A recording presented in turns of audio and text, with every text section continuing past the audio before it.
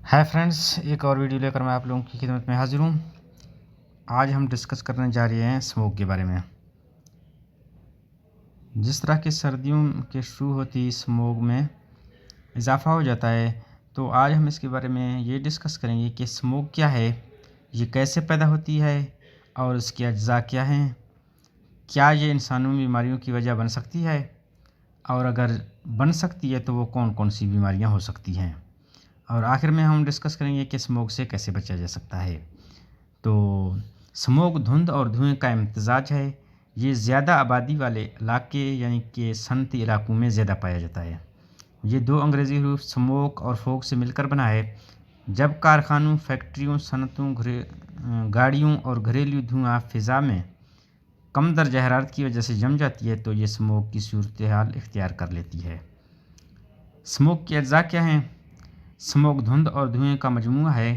Carbon monoxide, nitrogen oxide और methane जैसे जहरीले कीमियाई मादे इसके अज्जा हैं।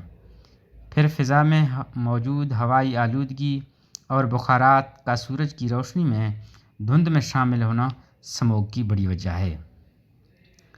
जी दोस्तों, तो ये बीमारियां क्या इंसानों में बीमारियां पैदा कर सकती है?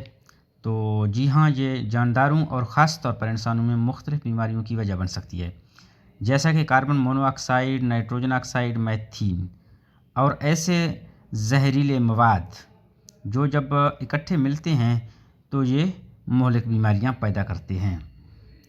स्मोक इंसानों में खांसी, नज़ला, ज़ुकाम, आँखों, सीने और नाक में जलन, दमा, एम्फीसीमा, सांस लेने में दुश्वारी, दिल के आर्जे, फेफड़ों में इन्फेक्शन और कैंसर की वजह भी बन सकती है।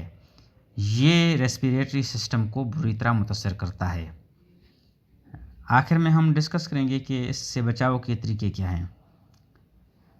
मास्क और ऐनक का इस्तेमाल करें, घरों के दरवाजे और खिड़कियां बंद रखें, ज़्यादा पानी इस्तेमाल करें, गैर ज़रूरी सफ़र से परहेज़ करें, मिट्टी वाली जगहों पर पानी का छिड़काव करें।